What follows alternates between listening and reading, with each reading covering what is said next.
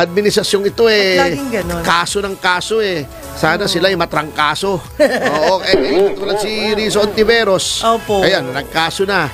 Sila pa may gana magkaso. Eto natatawa ko Pero bago yan, bago natin makalimutan, isang happy birthday advanced. Kay Mr. Barton C, ang ating kaibigan na may-ari ng hottest club in town. Wow. Dance club ito. Hindi ito yung nightclub na may naghuhubad Okay. Hindi tayo pupunta ron. Hindi natin alam kung ano yun. Hindi ko pa ako nakakakita ng loob ng mga ganun. Nababali-balitaan ko lang Victor yun Ay! Ano mga nangyayari doon Bigla ganun yung Hydro. Yan sa Quezon City. Hydro. Pinaka-class, pinakamaganda, pinakamalaki. Walang banda, pero dance music may lang. DJ, maganda yung DJ, okay. cute yung DJ, promise. Maganda, babae. May babae yung DJ, Ganun. Ayos yun. Anyway, ito demanda. Si Risa demanda, si Kwan, ito, natatawa ko. Opo. Si Laila de Lima, gusto niyang magdemanda ngayon kasi daw naabsuelto siya. Dedemanda daw niya at isa sa mga dedemanda niya si dating Secretary Vitz Aguirre. Dahil for wrongful prosecution. Parang ginipit lang daw siya. Kasi parang kinoach daw. Yung sinasabi niya, tinuruan daw yung mga witnesses. Yung parang ginagawa ba di umano ni Rizzo Ontiveros yung sinasabi ng mga witnesses na sila daw ay tinuruan. Opo. Yun ang gustong ipalabas o palabasin ni De Lima. Alam mo, eto naghahamon na rin tayo. Hindi naman ako hindi ko naman hahamunin i-demanda tayo rito kasi madadamay siya Tony Rante. Hinahamon ko si siyempre siya yung manager Hinahamon ko si Laila de Lima na i-demanda niya. Sino? Si Vitz Aguirre. Bakit? Kasi para lumabas ang katotohanan. Unang-una, ang lakas ng loob nitong si Laila de Lima na magdemanda na parang pa-victim siya. Sabi ko nga sa iyo teka muna. Miss de Lima, sinasabi mo malicious prosecution o wrongful prosecution ng gigipit. Hindi ba ikaw nagdemanda kay GMA ng electoral sabotage? Di ba? Noon, Oo. Ano nangyari? Di ba absuelto? Di wrongful prosecution ka rin?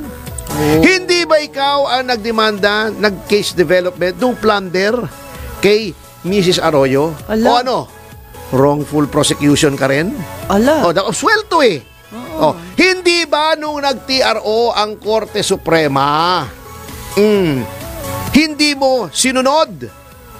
Di ba contempt of court ka dapat doon? May petisyon. Hinihintay natin. Di ba? Di ba umamin ka that you violated the law by committing adultery? So, wag ikaw ang po-fronts na magmamalinis. Ayun. At sasabihin ikaw ay biktima ng biktima ka rin Ayun. Ilan ang pinersecute mo noong panahon ni Noy Noy? Yung mga kalaban sa politika, absuelto lahat. Ikaw ang nag-file lahat niyan. Di ba? Delikado.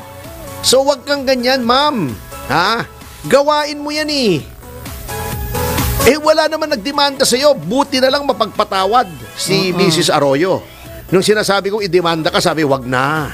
Kasi ganun na nga itsura, di-demanda mo pa. Kawawa naman. Grabe ka, Hindi, yung mukhang malungkot. Wala naman akong sinasabi. Sad siya. Di-demanda mo. Ikaw naman, Sorry wala po. naman akong sinasabi. Di ba?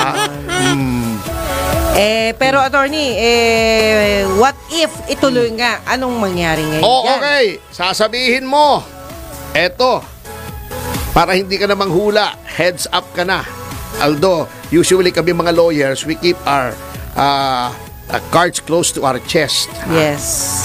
May mga dokumento po. Ma'am, sasabihin nyo si Aguirre ay kinoach itong mga witnesses laban sa inyo.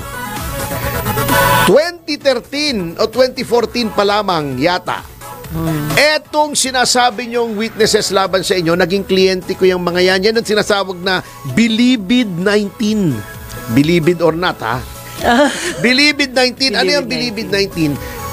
Madam De Lima, nung Secretary of Justice ka, nilipat mo yan from Bucor to NBI.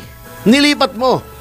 Inkomunikado. Ayaw mong pabisita sa pamilya, ayaw mong pabisita sa abogado. Kinailangan pumunta kami sa Court of Appeals para humingi ng writ of amparo para payagan kaming bumisita. Unconstitutional nga yung ginawa mo eh. Ano nakalagay sa Bill of Rights? Bawal yung inkomunikado, pero inkomunikado ginawa mo. Bakit? Bakit mo ginawang inkomunikado, Madam Laila De Lima? Ang sabi sa akin ng mga kliyente ko, kasi daw, nagkagulo-gulo yung drug trade sa Bilibid. At nagkaroon ng power play, nilagay mo sila roon, kaya inkomunikado para hindi sila makapagsalita kahit kanino tungkol doon sa drug trade. 2013 o 2014 to, kukunin ko yung mga dokumento. Hala. Sila ay nagsalaysay na ikaw ay involved sa drug trade. 2013 pa, wala pang Vitaliano Aguirre noon sa Horizon. Ang si Vitaliano Aguirre noon ay kilala lamang yung nagtakip ng tenga noong impeachment trial. Di ba? Wala pang Duterte noon. Mayor pa lang si Duterte noon. Hindi pa sumusulpot sa Horizon. Ha? Nagbabala ka pa lang mag-senador noon. Bago sasabihin mo, kaya ikaw ay nag-manufacture ng witnesses, this very same witnesses, ay dahil ikaw ay senador, kalaban mo si Duterte, si Aguirre ang may pakana ng witnesses na ito. Hindi po si Aguirre. Witnesses na to. Yun na ang sinasabi nitong mga ito laban sa iyo. 2013 o 2014 pa lamang. Real talk yan. Yes! Hindi ka pa, siguro nag-entertain ka na mag-senador pero hindi mo pa ina-announce ni hindi pa kilala. Kundi sa Davao, si Duterte. Wala pang Justice Secretary Vitaliano Aguirre. Iyan ang sinasabi ng mga witnesses na yan at meron po tayong mga salaysay. Opo. Okay. Sa akin po sinabi yan. Wala pa po akong pakialam kay Duterte.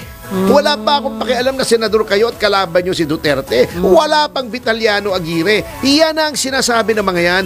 Kung merong nag-coach at nag-pressure sa mga bumaliktad na witnesses, eh hindi po kami. Kasi consistent po sila. Nag-iba lamang sila nung nagkakaso na at nawala na si Duterte at naging si Pangulong Bongbong Marcos na ang Pangulo.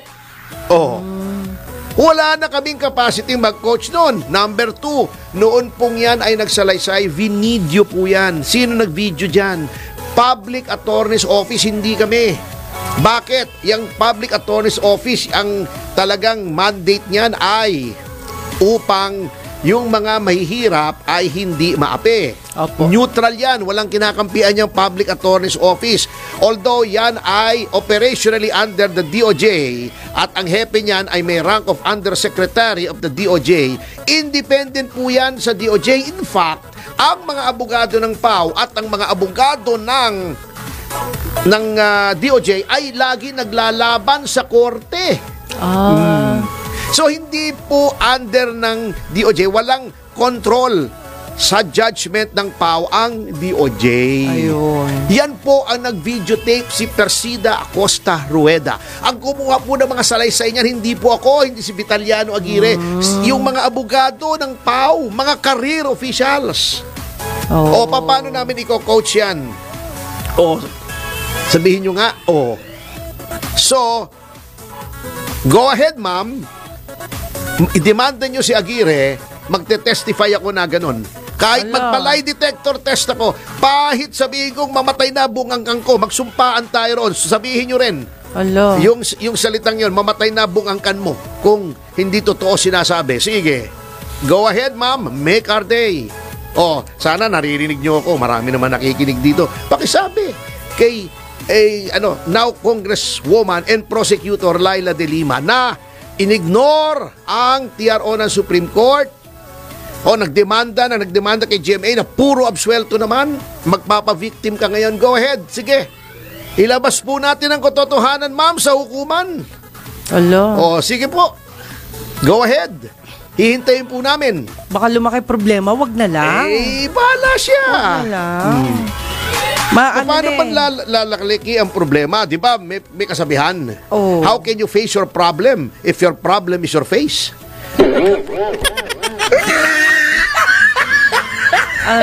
Pero talagang ibang klase na talaga itong republikang ito eh. Yung pang may ginawang kasalanan at mayroong lumalabas na mga aligasyon na may ginawang kasalanan, sila pa nagdedemanda. O parang si Risa Ontiveros, para tong si Laila de Lima, si pala pa may gana magdemanda. Talagang Freycinet Republic na tayo. Oh my God. Prefabricated concrete. Tigas. Hindi tinatabla ng earthquake. Ako mag-ombudsman pa si Remulla. Talagang prefabricated concrete. Grabe. Pero Freycinet Republic, wala namang infrastruktura. Paano yung Freycinet? Wala sa kalye, wala sa tulay, wala sa flyover. Nandoon sa mga tanggapan ng gobyerno. O parang yung mga ito mo naman, ngayon lang ako nakikitang prosecution, binabangayan yung impeachment court. Di ba? Opo. Salit na sumunod na rin, Freycinet Republic talaga. Yung kabago-bagong isang congressman, binabanata na si Chis Escudero. Wow naman. I mean, I don't always agree with Chis Escudero, pero yun naman tao bartap na chair, abogado, ang tagal ng senador, ikaw first time congressman, babanatan mo, Freycinet Republic. Yung isang abogado na kinagalitan ng Korte Suprema, yun ang nagmamarunong tungkol sa impeachment at trial. Freycinet Republic. Talagang puro Freycinet. Pero talaga naman katulad dito, yung kay Atong Ang. Ito, hindi ko kilala yung si Atong Ang. Ano bang pakiko kay Atong Ang? Pero i-iskandalo lamang ako. Hindi pa nga naghihiring, hindi pa nag-iimbestiga. Hindi lang sasabihin parang guilty na. Sasabihin pa, maraming pera yan, malakas yan. Mali yun. Oo, kayang bilhin niya ng mga hukuman. Ang tingin mo sa hukuman? Lahat kayang bilhin. Freycinet Republic din. Mali po yun. Ibig mo sabihin ng mga pangyarihan na-impluensya yung korte. Ibig mo sabihin na-impluensya yung korte nung dinismiss yung kaso laban sa anak mo, Boying. Yung drug case. Wala, nag-bounce back ibig mo sabihin? Hindi nga maintindihan Opo. Kakausapin mo ba? Wala ngang investigasyon pa, wala pa nga resolution yung DOJ, guilty na yung tao. Mali. Nakakainis lang, hindi dahil si Atong Ang siya. Ano ba namang pake ko kay Atong Ang? Opo. Nakilala ko yan a few times, pero hindi po kami close, hindi kami magkaibigan. May isang lalilitaw, pati si Gretchen Barreto. Idadamay.